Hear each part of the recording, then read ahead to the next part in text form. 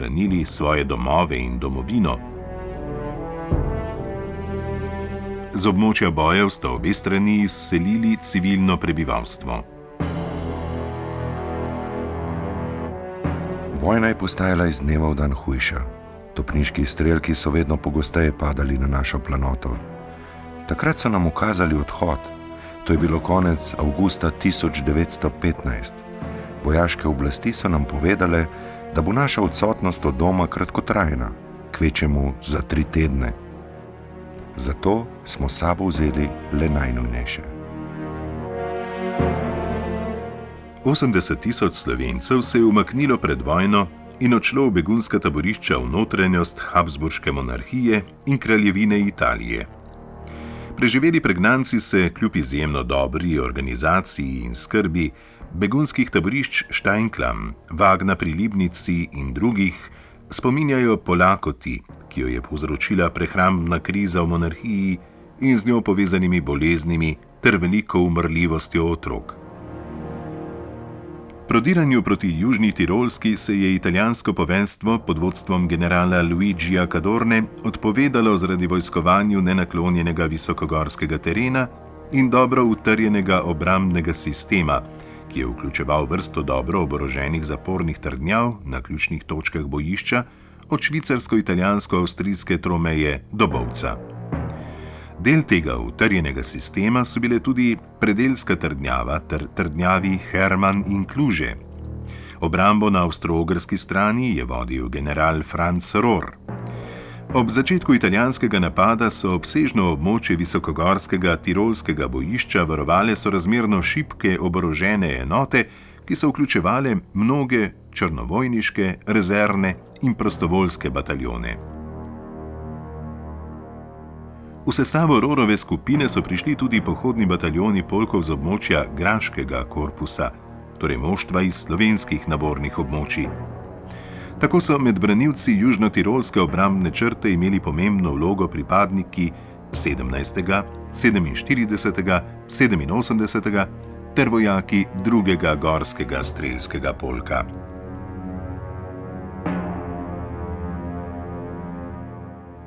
Maja 1916 je Avstro-Ogrska skušala z ofenzivno operacijo kot kazensko ekspedicijo na širšem območju tirolskega bojišča uresničiti grožnjo, ki so se je italijanski vojaški načrtovalci zelo bali, a do večjih premikov frontne črte ni prišlo. Smrt cesarja Franca Jožefa in atentat na ministrskega predsednika grofa Šturka sta naznanjala konec monarhije, ki jo je do njenega razpada vodil zadnji habsburški vladar Karl. Cesar Karl je maja 1917 znova sklical Dunajski parlament. Slovenski, hrvaški in srbski poslanci, združeni v tako imenovani Jugoslovanski klub, so sestavili izjavo, v kateri so izrazili svoje zahteve po avtonomistični preureditvi monarhije pod habsburškim žezlom. Izjavo, imenovano Majniška deklaracija, je 30. maja 1917 v državnem zboru prebral dr. Anton Korošec. V Posočju je avgusta 1917 potekala 11. največja italijanska ofenziva, ki je na Banški planoti ogrozila izčrpane avstro-ogrske branilce. Zavest, da še ene takšne ofenzive ne bo mogoče zdržati, je vodila k odločitvi o skupni avstro-ogrsko-nemški ofenzivi. V zavetju noči so v zgornje Posočje pripeljali velike količine vojaškega materiala. V zgodnjih jutranjih urah so se oglasili topovi in 24. oktobra 1917 se je na območju med Tolminom in Bovcem začela ofenziva, imenovana Zvestoba v orožju, Waffentreu, ki je zaradi uspešnega preboja fronte prišla v zgodovino kot čudež pri Kobaridu. Do začetka novembra je premaknila fronto s slovenskega ozemlja prek reke Tilment in se nadaljevala s predorom vse do reke Pjave. Vendar pa sem prišel v Kobarid, ko je bila še noč. Vsled dežja in megle se skoraj nič ni videlo. Na trgu sem nejasno razločil gručo ljudi, prve civiliste na osvobojenem ozemlju. Živahno so gestikulirali in se razgovarjali. Prišel sem bliže in sem jih ogovoril in pozdravil slovenski. Kot okameneli so obstali ob mojem nagovoru, potem pa, ko so se prepričali, da govorim čisto slovenščino, navdušenja ni bilo konca ne kraja. Kolikor bolj se je bližal konec vojne, bolj so bile v vojni sodelujoče države gospodarsko in človeško izčrpane. To se je kazalo v pomanjkanju osnovnih potrebščin in hrane. V vojaških enotah so se zaradi številnih smrtnih žrtev in invalidov širili splošno nezadovoljstvo, upori in dezerterstvo. Kritično stanje države so med drugim naznanjali upori vojaških polkov. Odmevni so bili upori slovenskih vojakov v nadomestnih bataljonih, maja 1918 v Judenburgu, 17. pehotni polk, Radgoni, 97. pehotni polk, Muravu, 7. lovski bataljon in pozneje tik pred koncem vojne za frontno črto v Kodrojpu, 2. gorski strelski polk ter upori mornarjev v Boki Kotorski in Puli. Frontna črta, oblikovana na Pjavi, se vse do konca vojne ni več spreminjala. Neuspešna junijska ofenziva je le povečevala nezadovoljstvo in oktobra 1918 je Avstro-Ogrska začela razpadati. Razmere na bojišču ob Pjavi je opisal Ivan Matičič, ki se obdobja, ko je bil s svojim 2. gorskim polkom na rezervnih položajih ob Pjavi, spominja potem, da je pritisnil glad, kakršnega nismo še občutili.